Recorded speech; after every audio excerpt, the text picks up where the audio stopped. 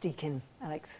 Thank you very much, Anna. There's more heavy rain around today, but it's much more focused. Over the last few days, we've seen widespread heavy downpours and thunderstorms. They cleared away as we went through the night, and during the morning, we've been watching this finger of cloud spread more rain across East Anglia, through the Midlands, now across much of Wales and northern England as well. And it's these areas which are going to keep the rain through today and indeed for much of tonight. And only slowly will that rain push a little bit further north tomorrow. By the end of tomorrow, perhaps getting up to parts of southern Scotland and even into parts of Northern Ireland as well. It's all tied in with this weather front. So with all that rain around, we are, I'm afraid, likely to see more localised flooding. By the end of tomorrow, perhaps as much as 80 more millimetres, topped up with what we've seen over the last few days. Central parts of the United Kingdom are most at risk. That's through East Anglia, Lincolnshire, the Midlands, Wales and northern England, with in particular, I think, the southern Pennines and the Peak District seeing some of the heaviest of that rain. Now that's where the rain is for the rest of today. Heavy pulses, some hail and thunder mixed in.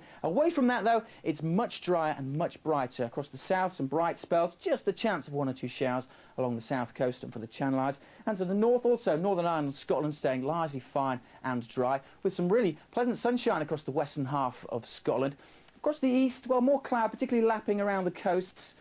A little bit grey and murky here from time to time, and cooler where we've got that sea fog. But in the sunshine, well, it could be the warmest day of the year so far in Glasgow, perhaps up to 25 Celsius. We may even reach 27 Celsius in one or two places. Elsewhere, because of the rain, it will be much cooler, so not particularly pleasant if you're going to the Commonwealth Games this evening for the hockey match. England taking on Australia. Looks like being fairly damp.